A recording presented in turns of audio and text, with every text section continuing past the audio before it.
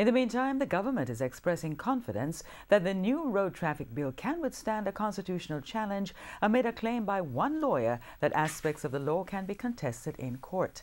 Attorney-at-law Bert Samuels says a provision which would result in the owner of a motor vehicle being held liable for a ticket obtained by the driver of the automobile could be taken to court.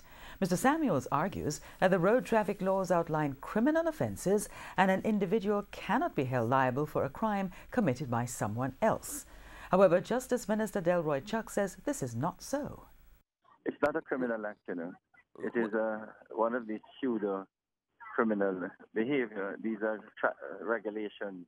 So to the extent that a vehicle is used for traffic violation, then it's the vehicle that we are imposing the fine on, and the best person who has to pay the fine is the owner.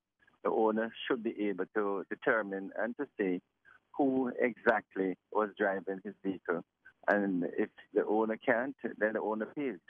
I can tell you this is done in virtually all the countries of the world, where it is the owners who actually pay the fine.